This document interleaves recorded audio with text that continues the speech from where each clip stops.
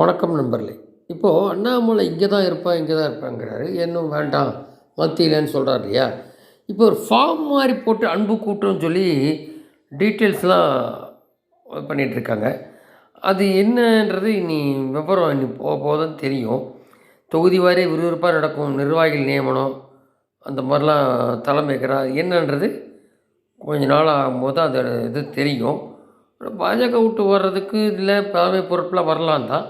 இந்த அன்பு கூட்டன்றது இப்போ விவரம் சரியாக தெரிய வரல. நம்ம அது கொஞ்சம் டைம் எடுக்கும். இப்போ அந்த 1,00,000 தீர்ப்பு எதிரொலி வந்து அந்த நீதிபதி ரகசிய டீல் போட்டாங்களா அப்படின்ட்டு தான் இந்த யூனிவர்சிட்டியில் வந்து வேந்தராக இருக்கிறேன் அப்படின்னு ஸ்டாலின், அதாவது சீஃப் மினிஸ்டர் காலங்காலமாக அதுக்கு போட்டப்போ சுப்ரீம் கோர்ட்டை 2 நீதிபதிகள் குறிப்பிட்டிருந்தாங்க இல்லையா? அது சம்பந்தமாக இப்போ 5 பெஞ்சு தீர்ப்பும் சொல்லியிருக்காங்க. அது கேட்டிருக்காங்க விளக்கம். ஆகஸ்ட் மாதம் டைம் இருக்குது இன்றைக்கி. அதில் வந்து ஜனாதிபதி பல கேள்விகள் 14 கேள்வி கேட்டிருந்தாங்க. அதுக்கு அது என்ன நீ அடுத்து ஜனாதிபதி கொடுக்க போகிறாங்க, சட்ட வல்லுநருக்கு குழந்தை ஆலோசித்து உச்ச நீதிமன்றத்துக்கு என்ன சொல்ல போகிறாங்கன்றது இருக்குது. அதே மாதிரி இவங்க ஒன்றுமே செய்யாமல் குடும்ப ஆட்சி நடத்திட்டு இப்போ கிட்னி முடியும் லெவலில் வந்துட்டு திருட்டு வீடியோ இருக்கும் பார்த்தா தெரியும். இப்போ வந்து என்னங்கிறாரு, ஓரணியில் தமிழ்நாடு அப்படின்னு சொல்கிறாரு. வீட்டுக்கு வீடு அது ஜிபேயில் பணம் போடுறாங்கன்னு சொல்கிறாங்க. என்னென்னு தெரியல, விவரம் கேட்குறாங்கன்றாங்க.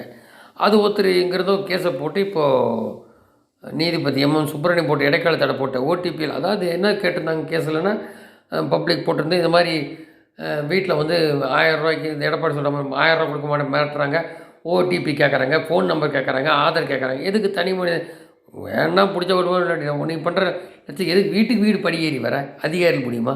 அப்போ பயம் வந்து போச்சு. எப்போ பாஜகவும் இதுவும் கூட்டணி வந்ததோ அதிமுகவும் உனக்கு பயம் வந்து போச்சு. ஒரு ஒரு பொம்மை முதல்வர் அவரால் திறம்பட நிர்வகிக்க முடியாது. அதான் தெரியுது. இப்போ பல பிரச்சனை வருது. கூட்டணியில் இருக்கிறவனே பேச ஆரம்பிச்சிட்டான்.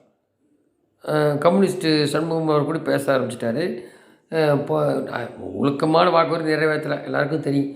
இதை 98 வாக்குறுதி நிறைவேற்றினார். இப்போ ப்ரெஷர் ஆகி போச்சு பல அவருக்கு.